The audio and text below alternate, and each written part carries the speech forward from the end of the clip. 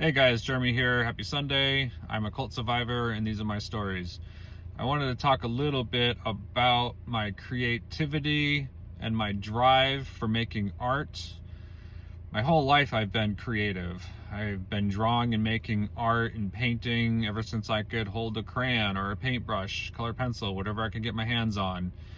You know, when I was in the cult, the main thing that I would draw was what I knew, and that was I'd either draw the things I could see that were around me, whether they were like cars or people.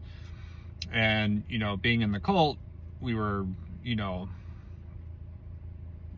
made to read the Bible every single day, and so therefore a lot of stuff that I would draw was very biblical. And I remember drawing a lot of different scenes from the Bible. And then once I got out of the cult and I realized there was a whole other world out there, my inspiration went, more towards like the popular 80s cartoons. And so I started designing G.I. Joe vehicles that weren't on the cartoon. And I was convinced that I was going to send my, cartoons off to G.I. Joe and that they were going to make them into, new vehicles.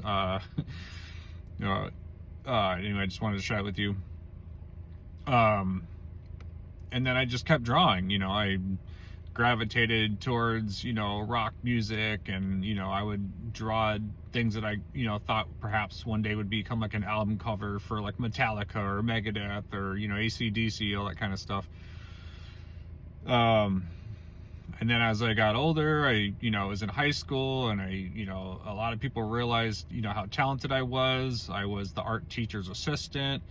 I was drawing on people's clothes for them, and I realized, oh wow, there's something more here to this art that I'm doing. Like, people are actually wanting me to do this, and I could be making money from this. And as I got older and started moving around the country, living in LA and living in New York City, in San Francisco, and starting to work with clothing designers, and figuring out how to take my artwork and turn it into screen prints that then could be put onto clothes, and all the different ways that art and creativity can make its way onto items like that. And then let's say 10 years ago or so, started to realize, oh, there's more to this. And like my art, I really want to push myself and take it to the next level. And I want to start getting my artwork off of pieces of paper, and getting it larger, and larger canvases. And then starting to see all the murals that were popping up everywhere. And I'm like, okay, that's where I really need to take my art, is putting it on buildings. Starting with a 2-story building, and then my goal is to get it on, a 10-story building, a 20, 30-story building. Like, I feel like there's no limit to where you can take your art.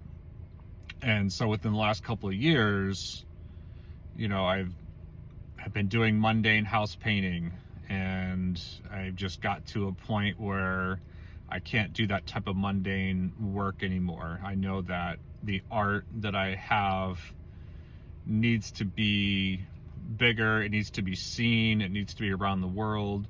And so I'm following my dream now, and my dream is to become a world famous mural artist and all around artist, putting art on clothes, and on buildings, and even on cars. I mean, I've painted everything from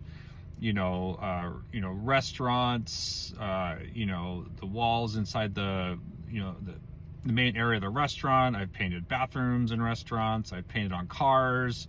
I even painted a toilet seat cover for a friend of mine not too long ago. And now, there's no limit, and I'm excited to see where this goes. And I'm excited that you guys are along this journey with me.